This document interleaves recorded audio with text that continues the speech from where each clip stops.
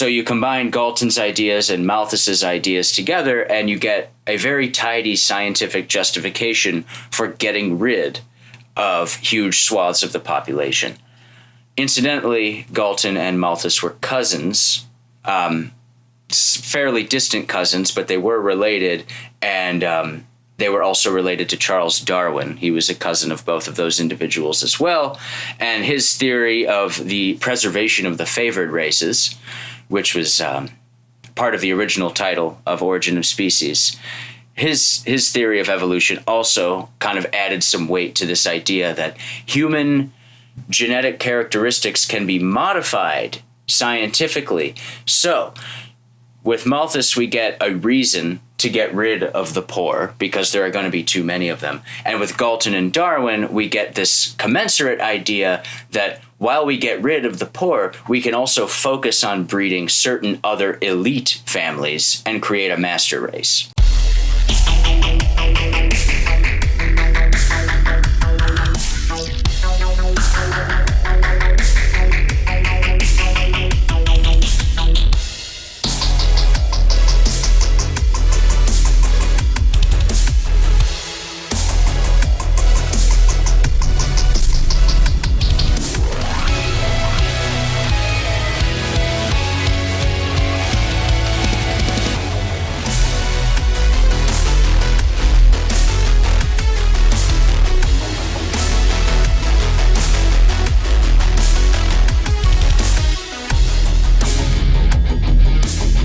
They say the road to hell is paved with good intentions, but what if those intentions were more sinister from the beginning? I'm Nicky P, a resident pop culture expert, here with utopian history expert Danny McCarthy.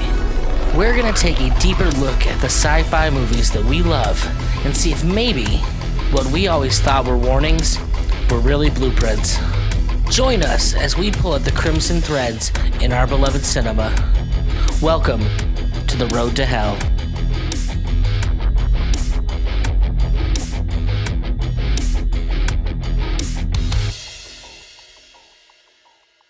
Welcome back, everybody, to the Road to Hell Film Reviews podcast. I am Daniel McCarthy, and I am joined, as always, by Nicky P. How are we doing there, folks?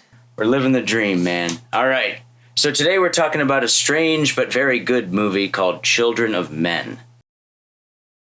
If my notes are correct, this thing came out in 2006. Does that sound right? That is what I have on my end as well. Splendid. So this is a sort of departure from what we've been doing lately.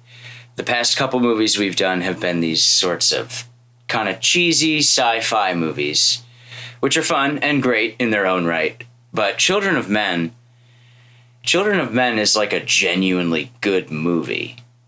You know, like, there's nothing corny about it. There's nothing dumb about it or hokey or ironic. Well, even if there was, this movie is incredibly bleak. Yes. So, like, the tone is just very different than what we've a lot of times gone over. Yeah, it's depressing. I mean, well, okay, spoiler alert, everybody, which, if you watch this show, you should know already. We spoil everything. The main character dies.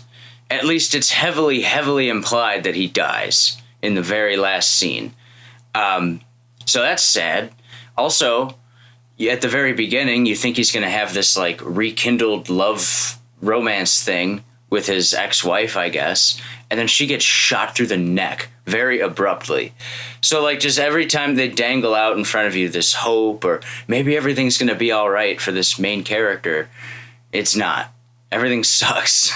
But I think it's done well. It's not just, like, misery porn. It's done in a way that actually makes sense. Well, they leave it with an open end where the other main character will say does potentially end up, you know, perhaps saving humanity.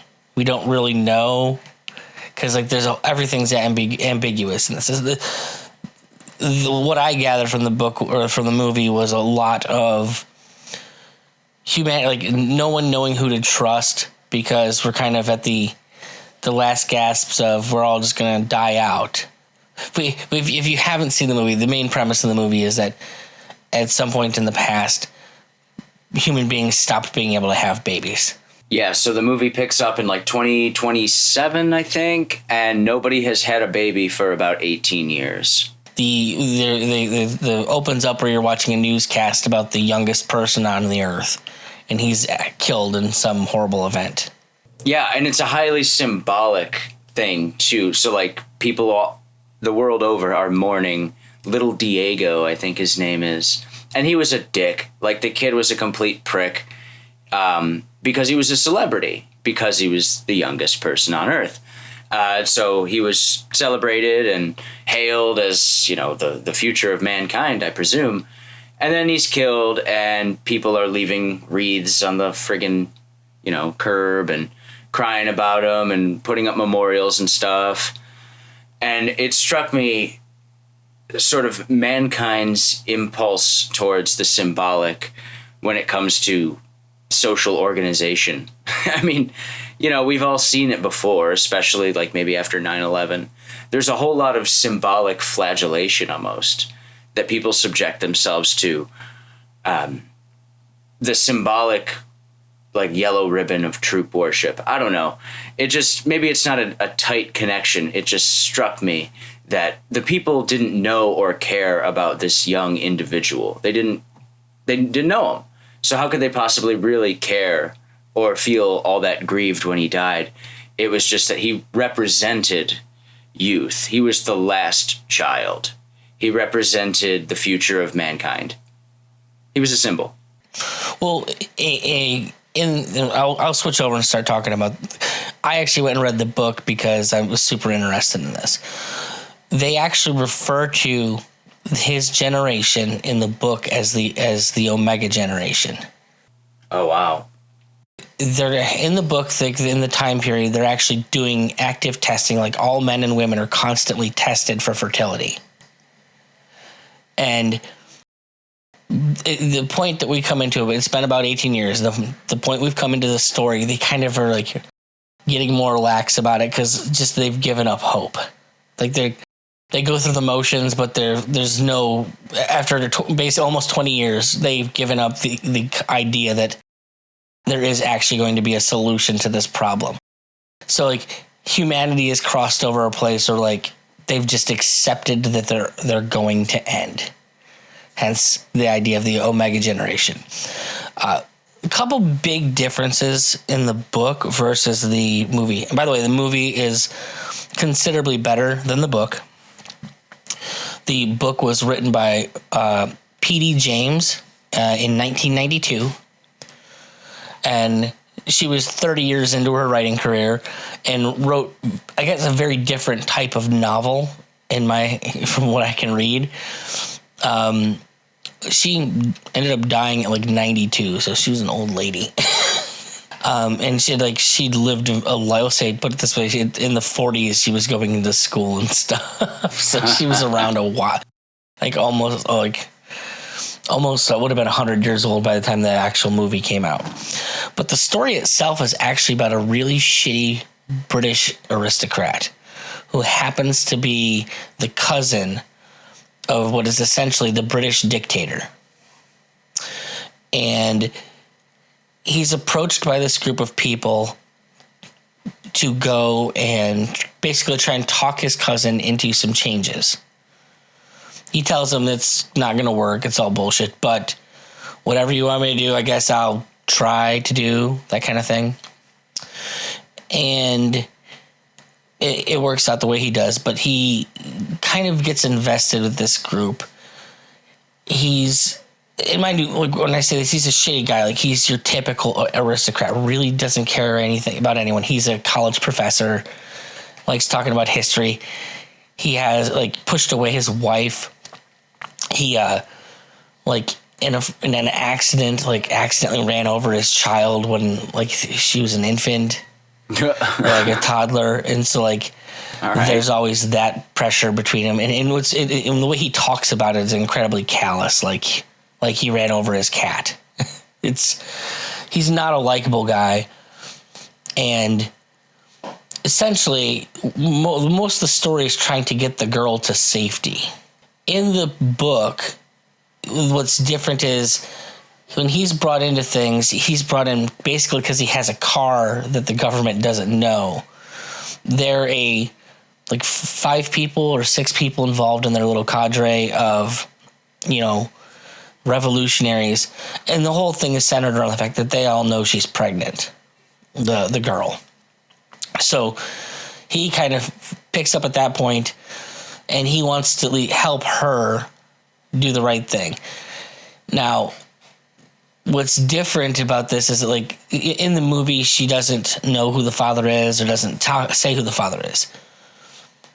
Basically, in the book, she's been screwing everybody in this little cadre, and the guy who thinks he's the father isn't the father.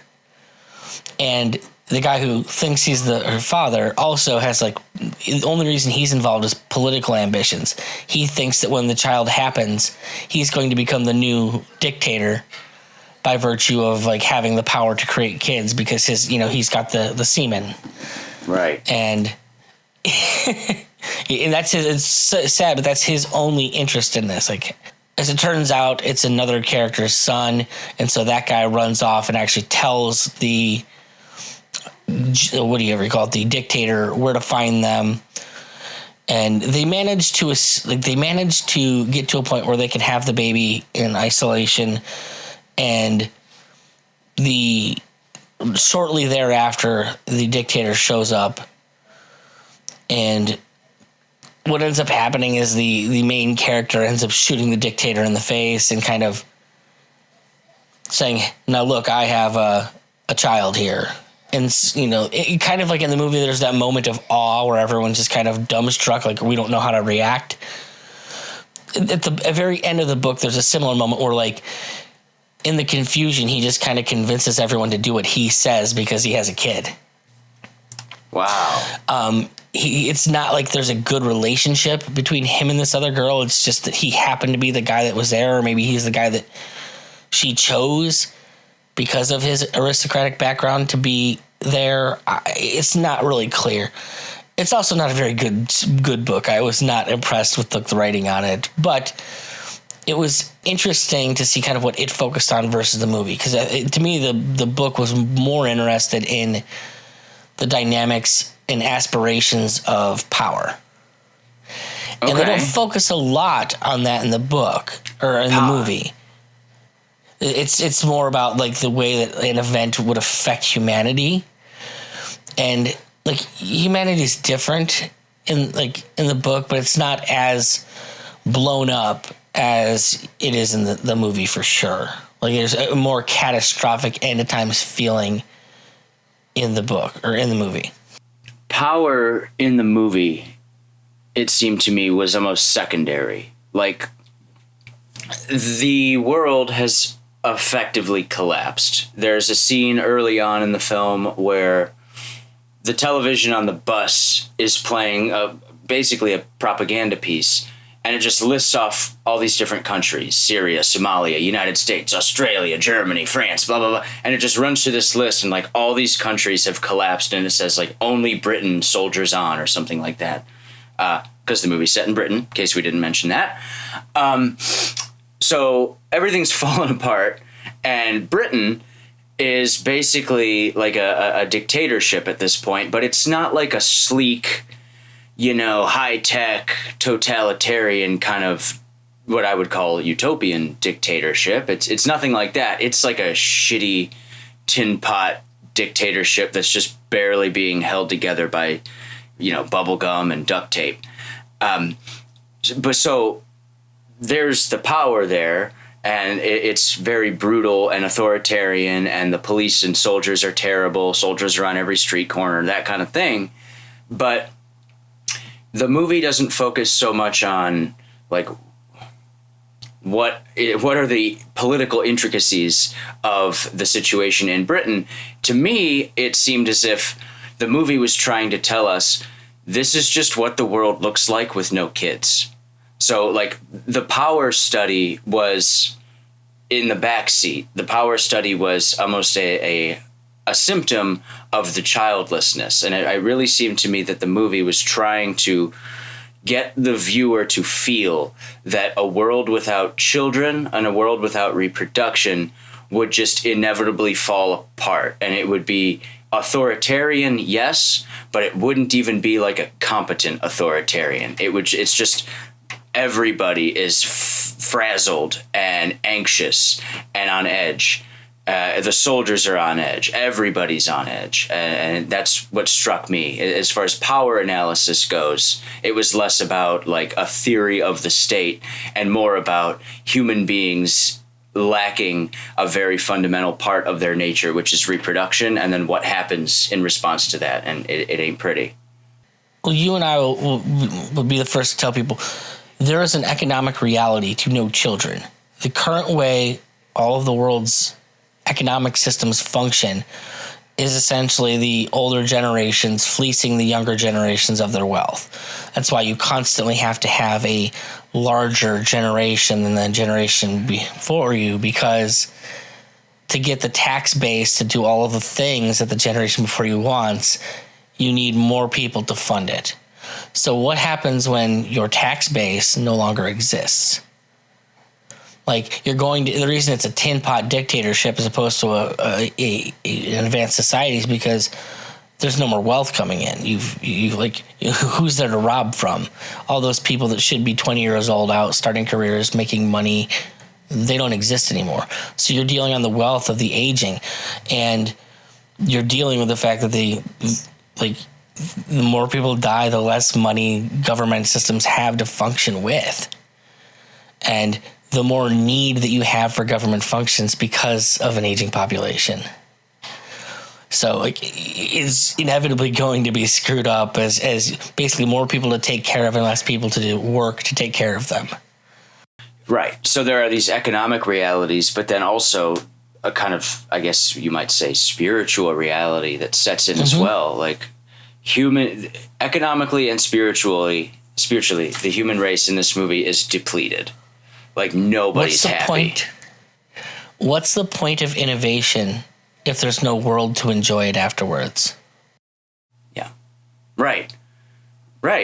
There's nothing. There's no hope. There's no future. And then suddenly this young lady who is a refugee, I don't remember from where, or even if they say, but they don't get into it. It's not really important. Basically, refugees are a class in the book. It's like there's a couple different things that the revolutionaries in the book wanted, which was specifically they wanted better treatment of refugees, and they wanted the prison, basically the prison island, the island of men, I think they call it there, which is essentially where they send everyone who doesn't assimilate into the new society and do everything they want.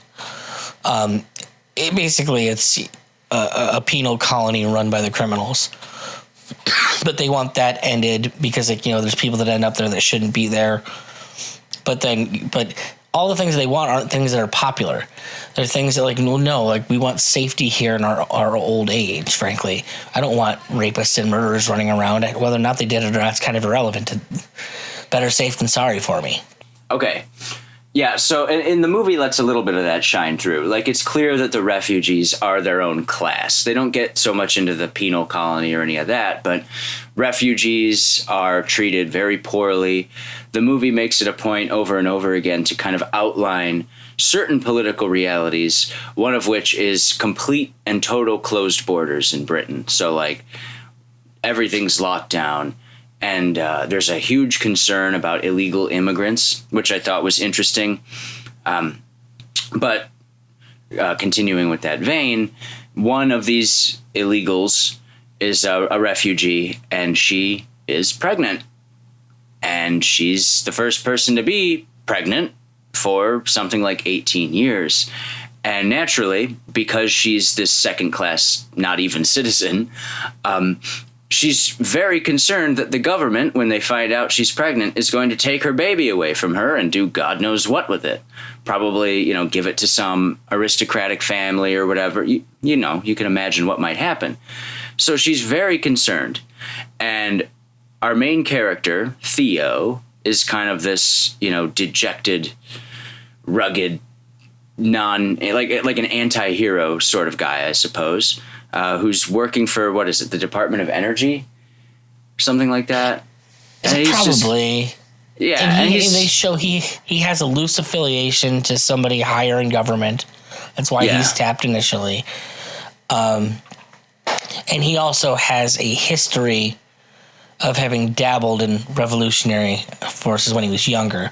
But he's kind of, you can tell as a character, he's kind of moved into his adult phase where like he's given up on the idea of revolution and just kind of wants to get by.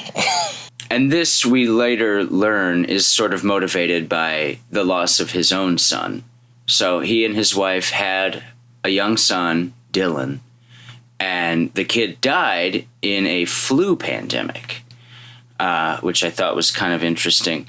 The kid died, and he and his wife split up, and he just kind of gave up on the whole activist life. You know, understandably, he just lost all hope, went to work for the government.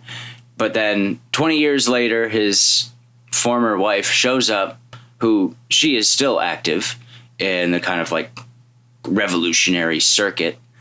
And it's she who puts this pregnant girl in touch with him.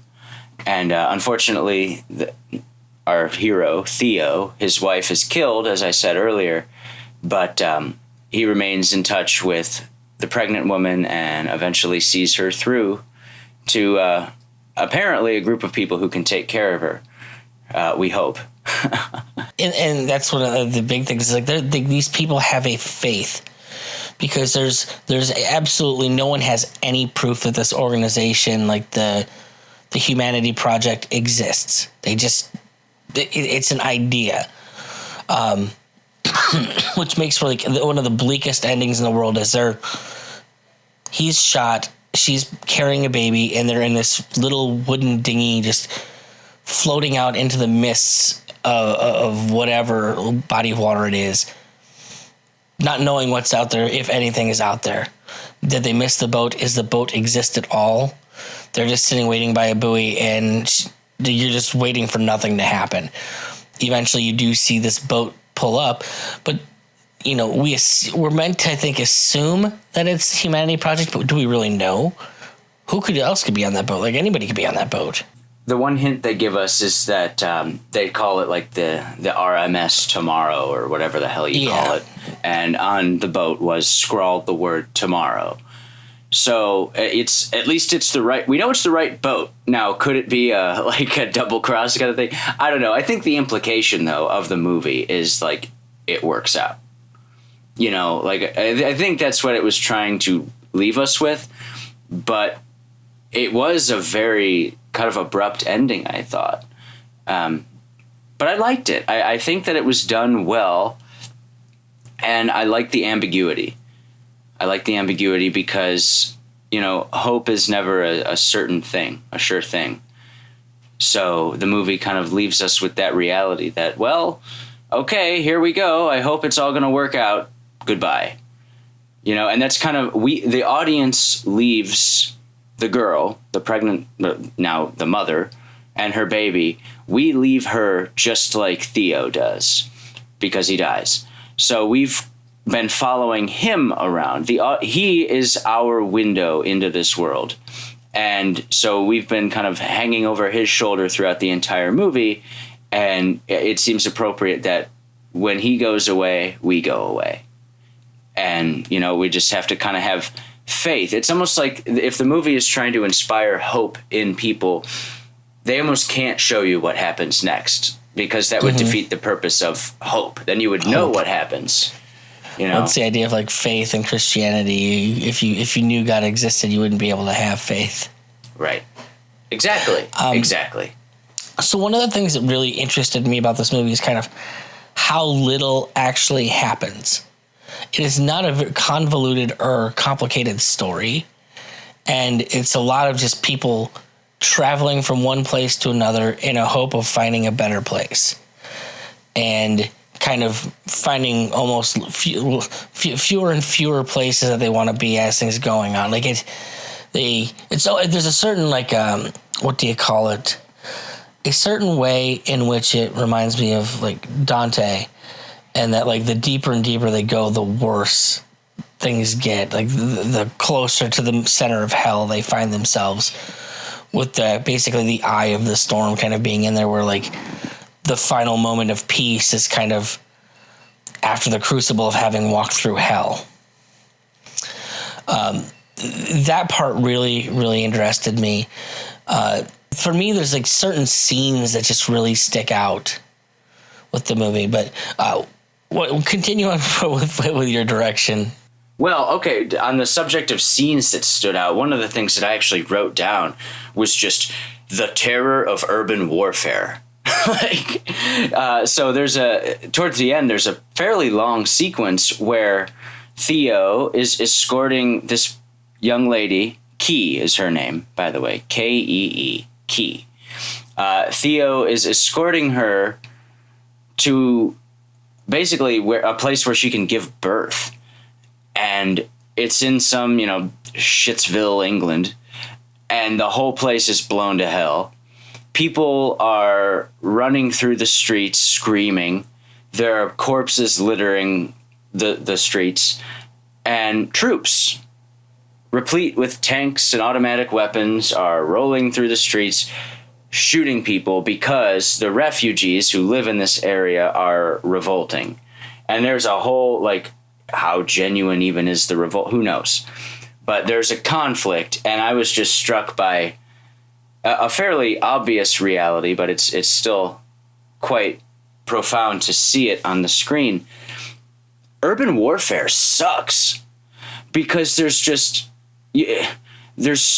urban setting is so complicated with buildings and roads and concrete barricades and signposts and all of this stuff, that with all of that influx of stimuli, all of that stuff to be sensed and perceived, you can't keep track of what's about to explode. Like if you're a soldier marching across an open plain, you can reasonably expect to see cannonballs flying at you. And I'm sure that's terrible, but in an urban setting where everything is discongruous, suddenly a building explodes over here, and then there's fire over there, and then gunshots over there. There's no so much to line. No, it's just chaos. Everything is coming from everywhere, and then a mortar shell. No, not at all. A mortar shell lands and explodes, and now you've got concrete, shrapnel just flying all over the place. If a cannonball strikes a grassy field in a battle in 1742, okay, that sucks. Now there's mud all over the place, But in a city, when there's an explosion, the entire environment is made out of potential shrapnel. And obviously, cities don't just have troops in them. They have civilians. There's a scene where a whole group of civilians is trying to just cross the street, and they're waving a white handkerchief we're civilians, let us cross, and they just get mowed down because they're in between two competing factions. And so I was just struck by urban warfare and how terrible it is, and how a lot of the warfare that the United States is currently engaged in is semi-urban warfare in the Middle East. It's not like they don't have the same sorts of cities we do. I mean, well, they do, but where the fighting is taking place isn't in a kind of New York or Seattle style city. But even still, there is a lot of urban warfare in the Middle East, and it just must really suck to be caught up in that.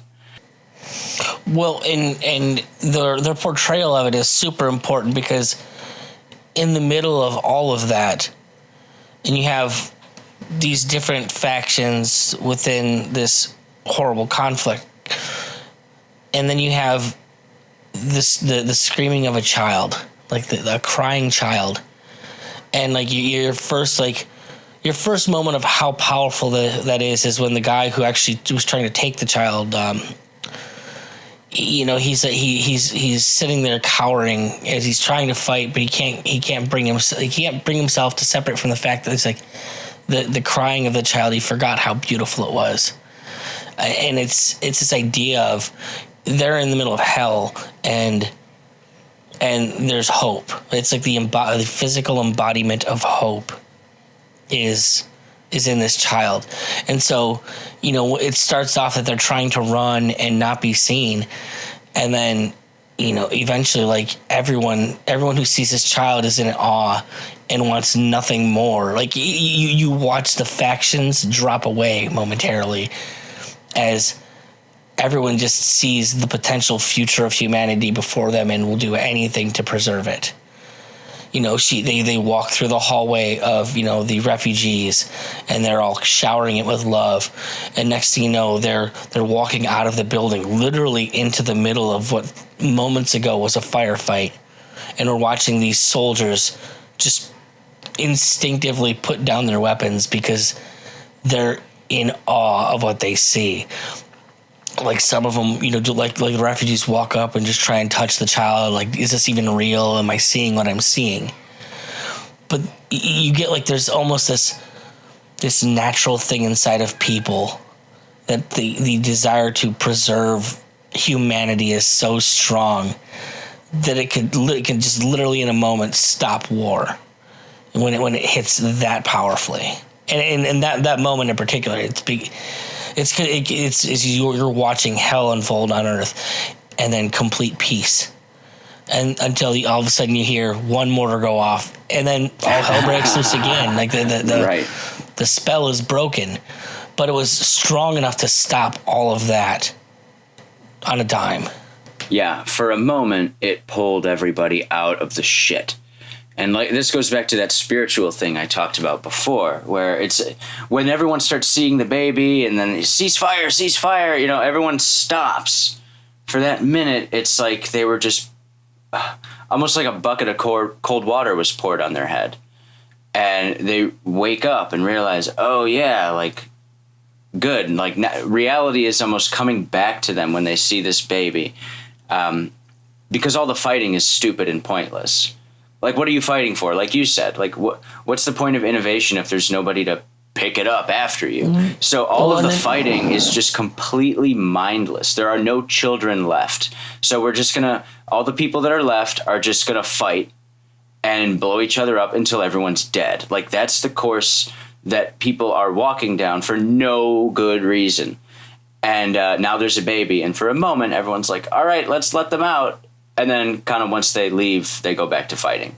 Well, in the movie, they focus really, really exclusively on England. In the book, they do kind of make a mention of the international element of this, in which case you have all of these different nations and different groups of people.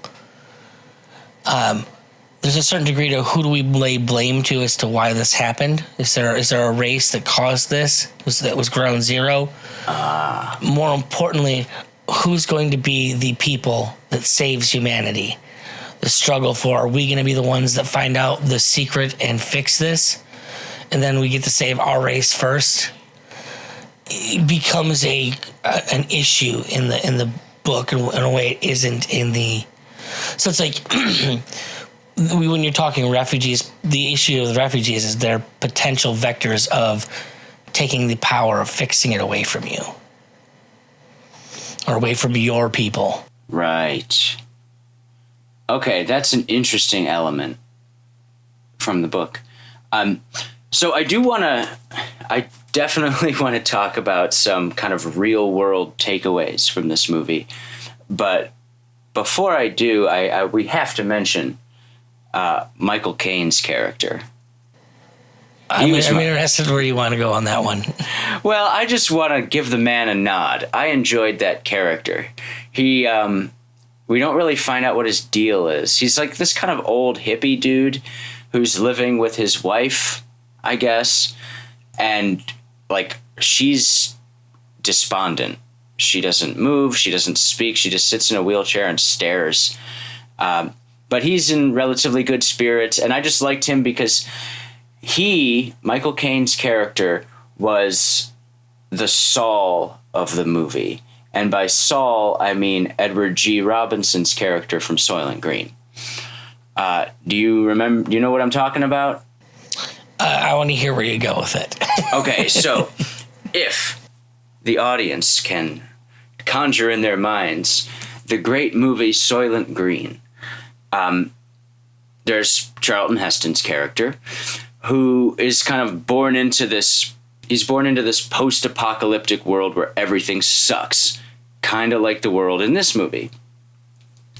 But there's this old man, Saul, played by Edward G. Robinson in Soylent Green, who was around before everything went to shit, who actually remembers how nice things were and could be. He remembers, the woods. He remembers the beach. He remembers tasty food. He remembers animals. All these things that are removed from human experience in this film. And so he's constantly trying to teach Charlton Heston's character, this is kind of what the world was. Don't be so cynical. And to me, this Michael Caine's character kind of served a similar role, even though I know that Theo, he was technically around and an adult before everything went to hell. Still, he's kind of got this post-apocalyptic malaise about him, where he's lost hope. He can't see any reason to really move forward until eventually he kind of finds himself again. But until that point, I forget Michael Caine's character's name, and I don't even know if they say what their relationship is, but he seems kind of like an uncle. He's an old friend, I believe. They're just friends? Okay. Well, he is growing pot and selling it to guards, and he's listening to old Deep Purple records, and just kind of, even though his life is terrible and even though the world's fallen apart around him, he still preserves this kind of joviality. And I just really appreciated that. And I think Michael Caine is a tremendous actor in this role too. I think he nailed it, and I just enjoyed every scene he was in. I think his character is actually even a little bit deeper than that, because if you're paying attention, he goes out fighting. He's not going to put up with shit, and he's gunned down, literally doing a fart joke to illustrate the absurdity of these people that are chasing down the main characters. Now, also making a point, the people chasing him down, if I'm correct, that's also the people that they were with before. These are the other revolutionaries that were supposed to be part of things that are now trying to prevent them from doing whatever they're going to do. They want it is the one element, I think, of we want this power for ourselves. You don't get to determine what happens with humanity.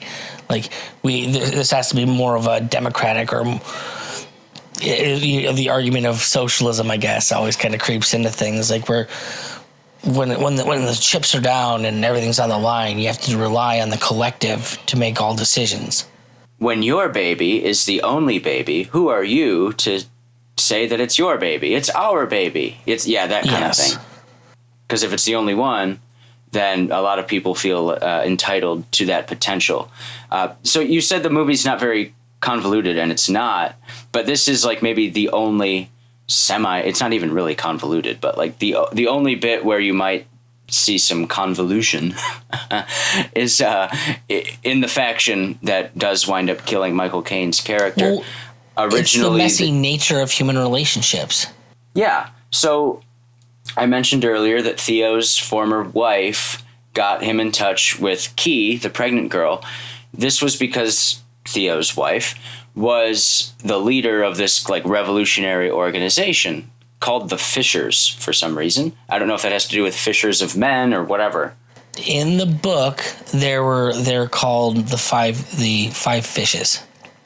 It has a mildly Christian relationship, but it was, I think, more about, I guess, there is an explicit Christian bent to their beliefs, and in the novelization for sure. Okay. One of the guys is actually a preacher or a priest that's in the little group. Who I believe the priest is the one who turns out to be the actual father of the child. Of course. Honestly, the book focused a lot more on interpersonal shit than it did anything else. There's this backdrop of them trying to escape, but it's really about people's relationships. Another thing like that it's not clear necessarily in the movie as it is in the book. There's also these factions of like outsiders. Like you remember the people that burned the car to stop them in the initial. That's an entire different faction of type of people. Like basically people that are bandits and have given up on civilization entirely and are, living their lives in the woods, killing anyone that comes through, possibly eating them. It's not really clear, but bad juju. It's like basically there's a whole ton of stratification of humanity that goes in the book for sure, and it focuses a little bit more on those elements. The movie's good at just like it's much better at the tone of the effect that this would have on civilization. Yeah, and it gives you, there's enough of that human complication that shines through to make it believable. So, Theo gets hooked up with Key by way of his former wife and this revolutionary organization, and then they are ambushed, and Theo's ex-wife is killed. And it's later revealed that there was basically a coup within the revolutionary organization, that her deputy or her lieutenant basically was behind it. And now he's in charge. And so this is where the complication sets in, where now Theo and Key are on the run from the only people they thought were on their side. And it's then the only place they have to go is Michael Caine's house, and they do so but are tracked down, and then Michael Caine basically sacrifices himself in order to give them a head start running away. And it was nice. That was, to me, I don't know why, but to me that was the most, I guess, moving part of the movie.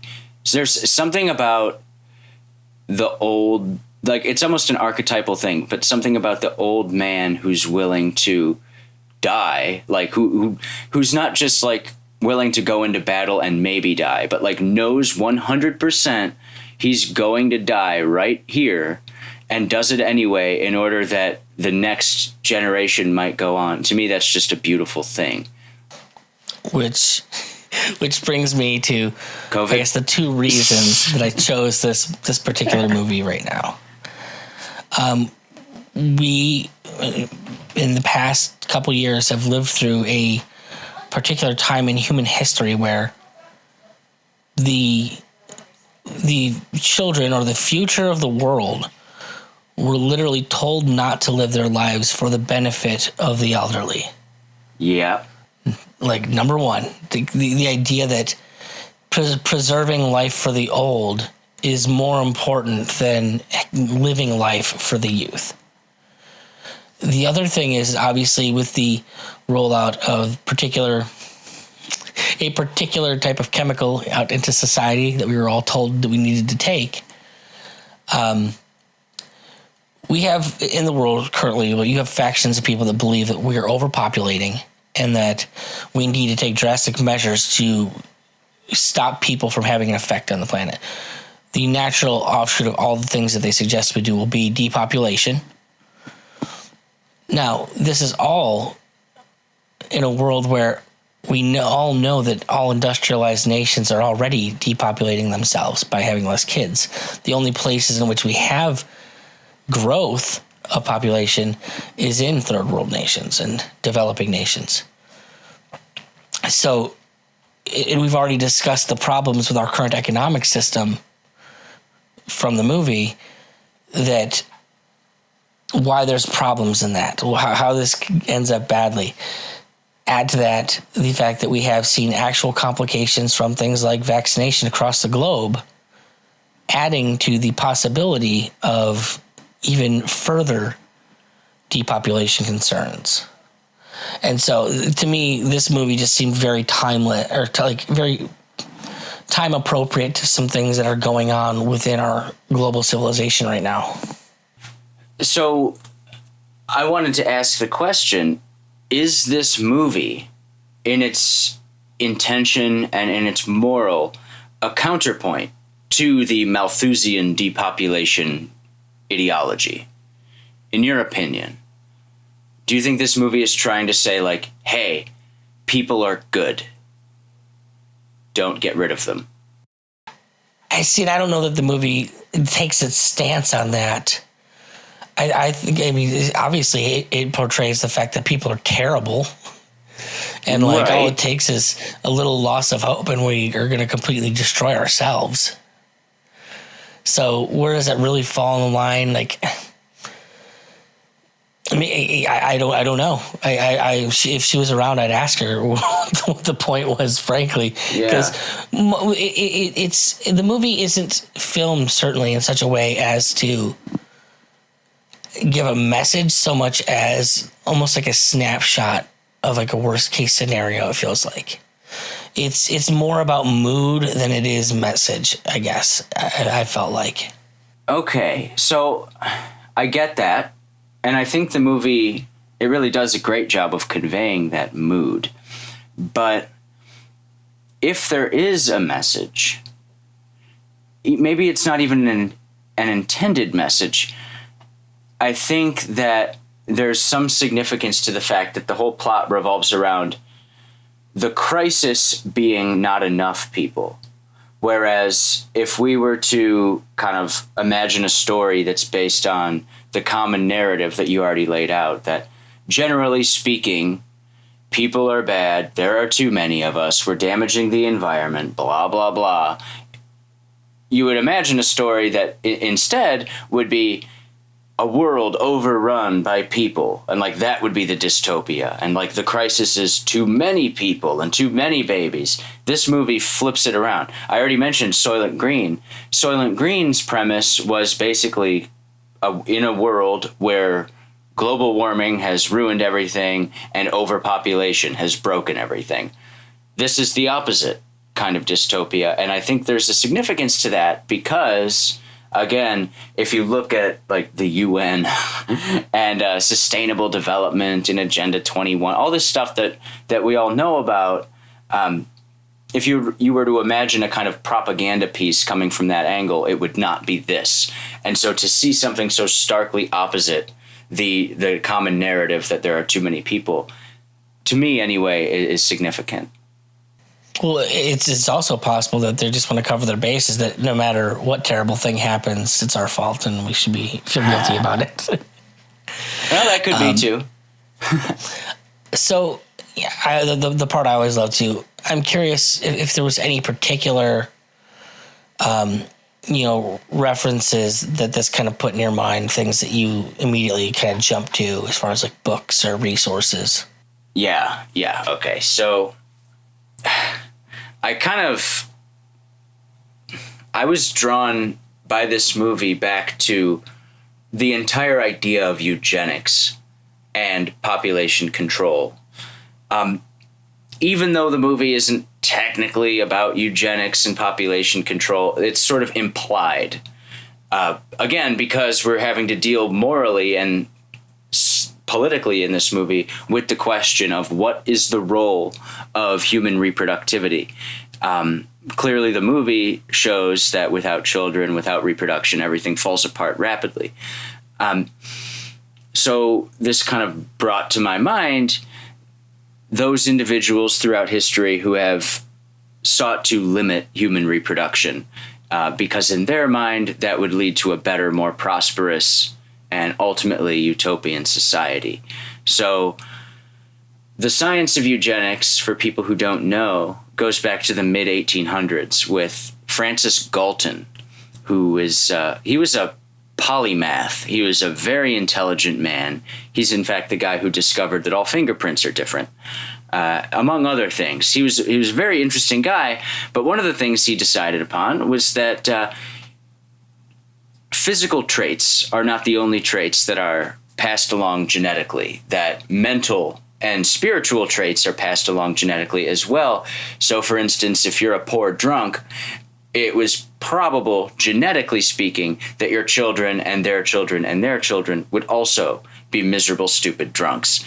And that line of thinking gets combined with the thinking of Thomas Malthus, who basically believed that human population numbers were increasing too rapidly for the human productive capacity to keep up. So basically, there were going to be more poor people than there was food available, and so the human race would just kind of collapse in this overpopulated sea of starvation and poverty. So you combine Galton's ideas and Malthus's ideas together, and you get a very tidy scientific justification for getting rid of huge swaths of the population. Incidentally, Galton and Malthus were cousins, fairly distant cousins, but they were related, and they were also related to Charles Darwin. He was a cousin of both of those individuals as well, and his theory of the preservation of the favored races, which was part of the original title of Origin of Species, his theory of evolution also kind of added some weight to this idea that human genetic characteristics can be modified scientifically. So, with Malthus, we get a reason to get rid of the poor because there are going to be too many of them. And with Galton and Darwin, we get this commensurate idea that while we get rid of the poor, we can also focus on breeding certain other elite families and create a master race. So that's basically the history of eugenics as it started. And of course, it came over to America fairly quickly. In 1907, the very first eugenic sterilization laws were passed. Not in Nazi Germany. There was no Nazi Germany yet. It was in the state of Indiana, where people were first forcibly sterilized by law. And often they didn't actually know what was happening. There was virtually no informed consent. And rapidly other states followed suit. In fact, I believe it was either 1909 or 1911 that New Jersey implemented its own forced sterilization law at a time when Woodrow Wilson, the great Woodrow Wilson, was governor of that state. It was, even today, there are, I believe, 31 states right now who still have forced sterilization laws on the books. Now, how often are they enforced? Who knows? That would be an interesting study if anyone wants to follow up on that morbid tangent. But still, that means the majority of states in the United States have eugenic laws still on the books. Forced sterilization went on for decades in this country. It peaked during the Franklin Roosevelt administration, and something like 60,000 people of all races, not of all classes, but of all races, have been sterilized in this country. Some 60,000 people since 1907. And it's probably more than that. It's where we get words like idiot and imbecile, which these are actual legal terms. Correct. To determine like the particular level of intelligence of person so that they could be forced sterilized to prevent them from breeding. Yeah, so in my book, I mention one case of this in my chapter about progressivism and how wonderful that is. Buck v. Bell is a Supreme Court case from 1927 in which a young woman, Carrie Buck, I believe it was Virginia? Pretty sure it was Virginia. She was raped and impregnated by rape. And because she was an unwed mother at that point, because she was raped, the state determined that she needed to be examined for fitness because she wasn't married. And they basically found out that, well, she was feeble-minded. She was an idiot, and she wasn't capable of caring for herself, and certainly not for a baby. And they did this by determining that her mother had also been an idiot. And then when the baby was born, at the age of 7 months, I believe it was, the government examined the baby at 7 months and determined that she was feeble-minded. And so, famously, the Supreme Court Justice Oliver Wendell Holmes declared 3 generations of imbeciles is enough. And they sterilized young Carrie Buck. And that case, as I said with other eugenic cases, that's still on the books. That is Supreme Court law.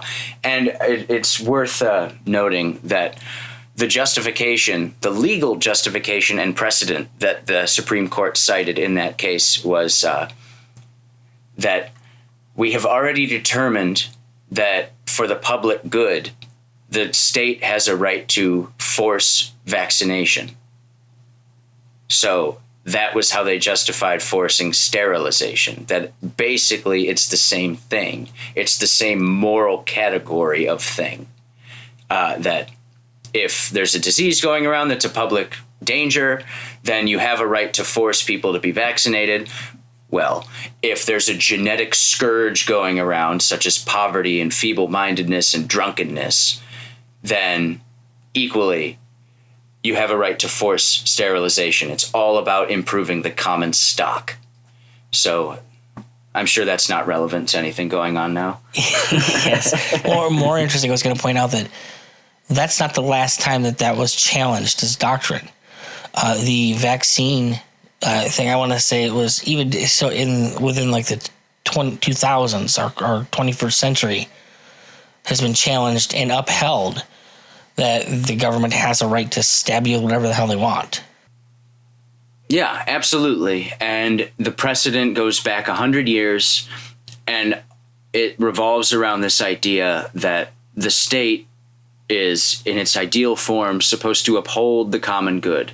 There's a utilitarian philosophy underlying eugenics, forced eugenics and forced vaccination, and a whole bunch of other stuff too. There's a utilitarian philosophy underneath it, which is that if we can improve the common stock, if we can make life better for the greater good, even if that means a greater good far off into the future, then we have to do it. We're obligated to do it. And the trouble is, while of course planning ahead is a good idea, a lot of this stuff is, let's say, scientifically untenable. Like eugenics is not, as it was mapped out by the likes of Galton and Darwin to an extent, and Darwin's children, by the way, who were also eugenicists. It wasn't sound scientific theory. It was, I mean, a lot of these guys resorted to incest, for Christ's sake. I mean, scientifically speaking, incest is not a good idea. But these people were kind of continuing an almost intuitive pattern that had possessed royals and elites for thousands of years, which was inbreeding and preserving, for whatever reason, their genetic stock in favor of the genetic stock of others. Where does this come from? I don't know. But it was present in Egypt, where it was common for pharaohs to marry their sisters.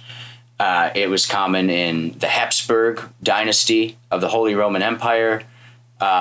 It's common throughout royal families all throughout history. Inbreeding. Why? I don't know. And in the mid to late 1800s, science finally showed up to kind of give a legitimacy to this idea of eugenics, but it had always been practiced. And it's kind of nuts when you realize that so much of what we deal with now and so much of the like environmental rhetoric, in my opinion, is sort of a guise for eugenics. And I'll just give one of many pieces where people can kind of dive into that angle if they're interested. Julian Huxley, who's the founder of UNESCO and a very big mover and shaker within the original UN circuit. Incidentally, Julian Huxley is also the man who coined the term transhumanism. So, okay, maybe that's relevant. He was the chairman of the British Eugenics Society. And there are many such cases where people who were working within the early environmental movement were eugenicists, like admitted eugenicists. Well, in particular, there was another organization I believe that they were all a part of, called the Fabian Socialist Society. A number of them were, yes. I mean, you're listing off names like, yep, Fabian Socialist. How else might people know the name Huxley? Because this actually kind of gets to why we started this entire podcast. Yeah, well, Julian's brother was Aldous Huxley, who wrote Brave New World, which is, of course, one of the great dystopian, utopian novels, manuals, whatever it is. Yeah, that was a product of all that this. close to the source, I guess. And let's I not just want to ask, how is your relationship to your brother there, Aldous? Right. Well, and let's not forget who their grandpa was. Their grandfather was Thomas Henry Huxley, and he was Darwin's biggest advocate. He was the guy who actually got Darwin's ideas out into the public. They called him Darwin's bulldog. So interesting that. And also, like the Huxleys, the Darwins, the Galtons, and the Wedgwoods, those four families actually did like interbreed with each other because they considered themselves to be of superior stock. Some of them turned out to be, inbred babbling morons, of course. But nonetheless, they were convinced that they were going to pave the way for a new Superman, an Übermenschen. All of the kind of race supremacy shit that the Nazis did, that they enacted, it was all derivative. It's all derived from this British and American eugenics stuff that started decades earlier. Hitler didn't really come up with anything new. He put a Teutonic spin on what had already been in motion by the most powerful and respected American and British institutions for 30 years at that point. It all starts here. It starts in California and London and Indiana. Well, there got a lot of help. Got a lot of help from that governor of New Jersey. Yes, yeah. Let's not let Woodrow off the hook. I should also mention that a more modern, I guess, example of how this ties into environmentalism, the whole eugenics thing, is a gentleman by the name of Paul Ehrlich, who I'm sure you're familiar with. He wrote a book back in 1968, maybe, called The Population Bomb, in which, just like Malthus, he suggested that the human population was increasing far too rapidly for food production to keep pace, that by the year 2000 we were all going to be dead, basically. He famously once said that there's no way that there will be 7 billion people around the year 2000, because there's just not going to be enough stuff. He made all of these predictions about resources being too expensive, and he was wrong about everything. He was always, and he's never changed his tune, though. This guy's in his 80s or 90s now. He's still around. He's still teaching, as far as I know. He's still an actual, what do you call it? He's still a resource that current presidents go to. They still listen to this guy. Yes. Yeah, he's still considered a well-respected intellectual in this vein.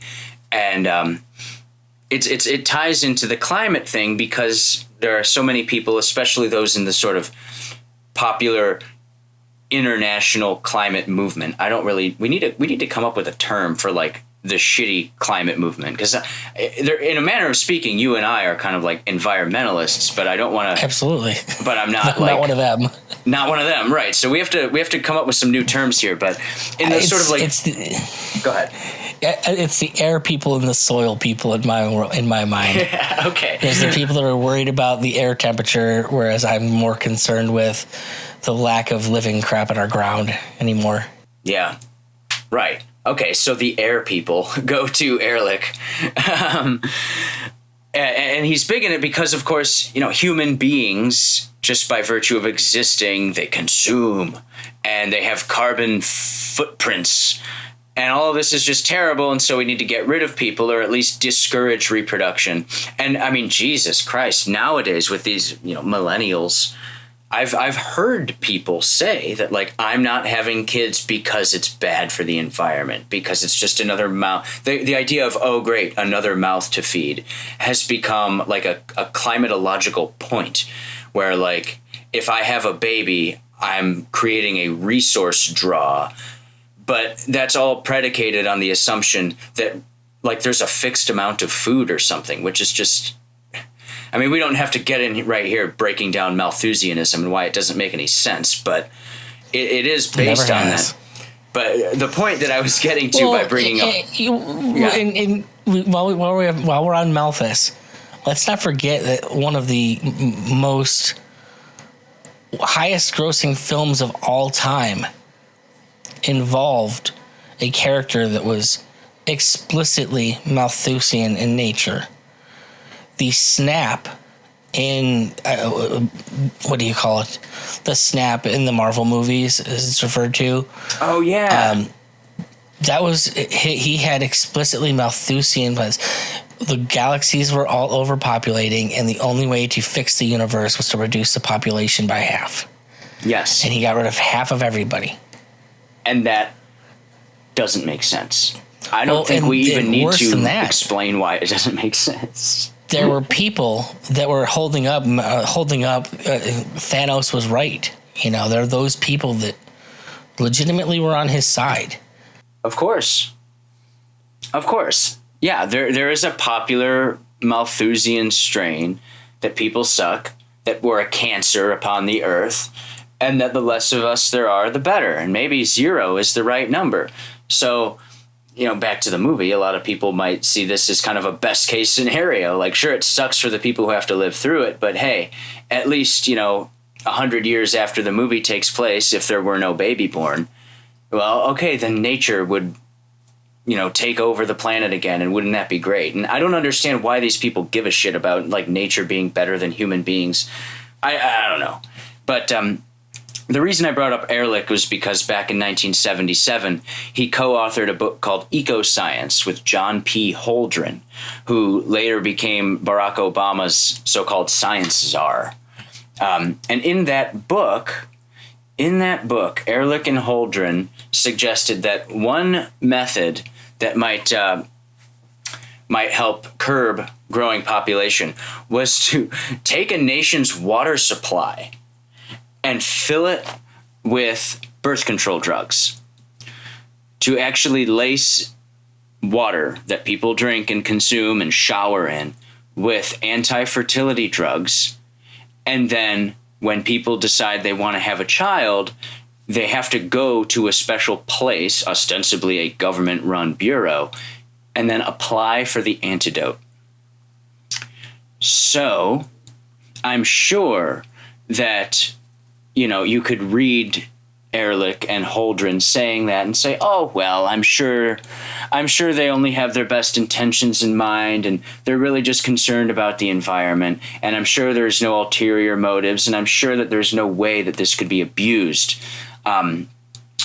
But to my understanding of the world and humans in reality, I don't see how such a program could possibly be realistically interpreted in any other way than a eugenic program. The government will be deciding who gets to reproduce. If this is all about population control and you have to apply for the antidote to this ubiquitous birth control, it doesn't seem that crazy to me to think that there are going to be some cases, some applications where the government says, no, we're not giving it to you. Because why? Who knows? Take a pick. It could be racial. It could be because you're a criminal. It could be for whatever reason. They could say, no, we've met our quota. Try again next year. But it puts the power of reproduction in the hand of a centralized body. And they actually posited this idea. And, of course, later on, China implemented its one-child policy, which, of course, didn't drug the water supply. They just went straight to smothering babies. And when China finally did back up on this policy, when they removed the one-child policy, Ehrlich was one of the loudest voices ridiculing and mocking them, calling them the, infinite growth crowd or whatever, when in fact their population had been declining. So really sick shit here. And it's about monopolizing humanity's ability to reproduce itself, which is the ultimate form of totalitarianism. Any last notes you want to get in here? Are we ready to decide what we're doing next month? Oh, geez. Well, as far as last notes go, I'll just say that I've just got random stuff written down here. Alexander Graham Bell wanted to eliminate deaf people. Which I think is hilarious. What else? This is as old as political theory, eugenics. Read Plato's Republic. It's in there too. He talks about, a kind of totalitarian state needing to control the birth and reproduction of its people. As I said, it goes back to Egypt as well. There's always a justification for it, be it preserving the divine blood or saving the planet, saving the environment, which is what it is now. This was a very interesting movie for me to watch at this point in life, particularly because by the time this episode comes out, I may have a baby. I don't know. It's any day now at this point. So it was very interesting to watch that and kind of added a new layer for me. You're being a radical by having a kid, man. I know, and we're going super radical. We're going to do it at home, too. So that really keeping her out of the system. But for people who are interested in learning more about eugenics and depopulation and all of these kinds of things, I would recommend James Corbett's How and Why Big Oil Conquered the World documentary duo. That's a really good starting place to learn about eugenics. I would recommend Peace Revolution podcast by Richard Grove. In particular, episode 64 is about eugenics. I'd recommend John Taylor Gatto, The Ultimate History Lesson and the Underground History of American Education. And for Christ's sake, even Alex Jones's Endgame documentary talks about it. I don't usually recommend Alex Jones for what I think are obvious reasons, but even that, like if you're willing to kind of parse through his bullshit, you can get a decent understanding of it from that too. But the best source for people who really care, probably the best source on eugenics, particularly in America, would be a book called The War Against the Weak, which is this right here, by Edwin Black. He also wrote a book called IBM and the Holocaust. But War Against the Weak, he goes into detail about how American companies, IBM, actually helped automate the Holocaust. Like, you see those little numbers, the tattoo numbers on Holocaust victims? What do you think those were for? They were for tabulating machines that were developed by IBM. It's not quite that simple. Whatever. In this book, War Against the Weak, it's thick, as you can see, and it's just all about, in painstaking detail, how eugenics spread across the United States. And if you want to learn about it, that would be the book to get. So that's, I think that does it for me. As far as for what we're going to do next time, I don't know. What do you want to do? Well, technically it's your choice this month. Okay, it's my turn. Well, shit, okay. We did a movie just now about no babies. You want to do Soylent Green next?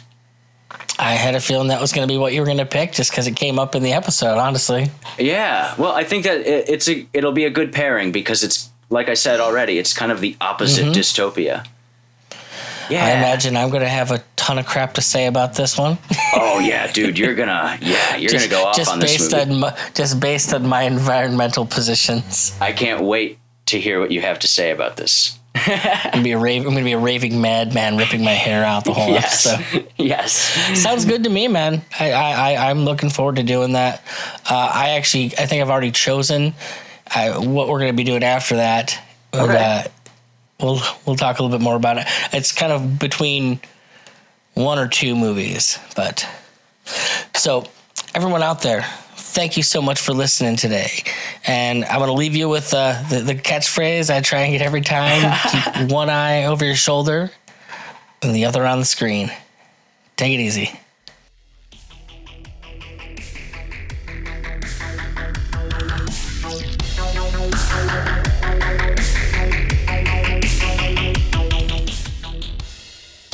Do you have a small business or side hustle?